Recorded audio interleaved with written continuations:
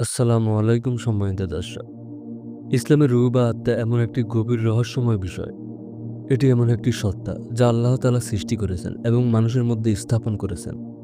কিন্তু এর প্রকৃতি সম্পর্কে আমাদের জ্ঞান সীমিত। রূহ হলো মানুষের অন্তরের অদৃশ্য, অমূর্ত একটি সত্তা যা জীবনের মূল উৎস।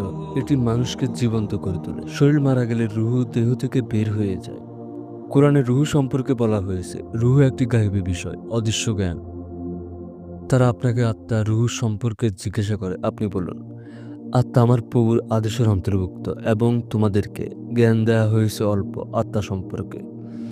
অর্থাৎ আল্লাহ তাআলা নবী, রাসূল এবং মানুষকে আত্মা সম্পর্কে অনেক অল্প জ্ঞান দিয়েছে। এই আয়াত থেকে বোঝা যায় যে রূহ সম্পর্কে আমাদের জ্ঞান সীমিত।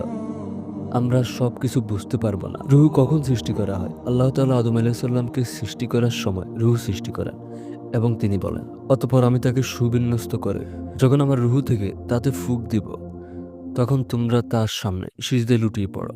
এখানে আমার রূহ বলতে বোঝানো হয়েছে আল্লাহর পক্ষ থেকে দেয়া রূহ। এটি কোনো অংশ নয়, বরং সম্মানের প্রকাশ। আলামুল আরওয়াহ, রূহের জগৎ। জন্মের আগে রূহ যেখানে ছিল, দুনিয়ার জীবন। রূহ দেহে প্রবেশ করে মৃত্যু, দেহ থেকে রূহ বের হয়ে যায় বরজাক, কবরের জীবন।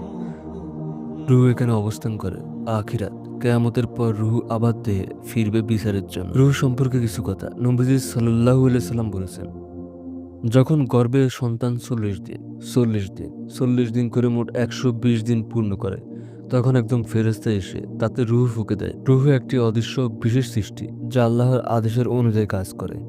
এটি আল্লাহর রহস্যের অন্তর্গত। আমরা এর খুব সামান্যই জানি। রূহ মানুষকে জীবন্ত রাখে। মৃত্যু হলে তা ফেরেশতারা গ্রহণ করে। কিয়ামতের দিন রূহ আবার দেহে ফিরবে।